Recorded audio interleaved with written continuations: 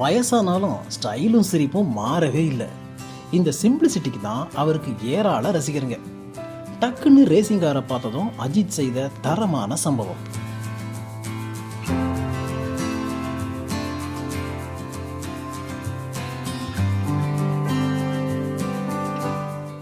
கோவை கருமத்தம்பட்டி பகுதியில் சுமார் 110 ஏக்கர் அளவுக்கு பெரிய ரேசிங் ட்ராக் இருக்கு. கார் ரேசிங் வீரரான தல அஜித் கருமத்தம்பட்டிக்கு போனார். அங்கே ஃபார்முலா 1 பந்தய வீரர் நரேன் கார்த்திகேயனை சந்திச்சு பேசினார். கலகலன்னு 2 பேரும் ரேசிங் பற்றி பேசிக்கிட்டாங்க. அங்கே இருந்த ரேசிங் காரை பார்த்த உடனே குஷியான அஜித் உடனே அதை ஒரு கைப்பாக்க மின்னல் வேகத்தில் ரெடி ஆயிட்டாரு.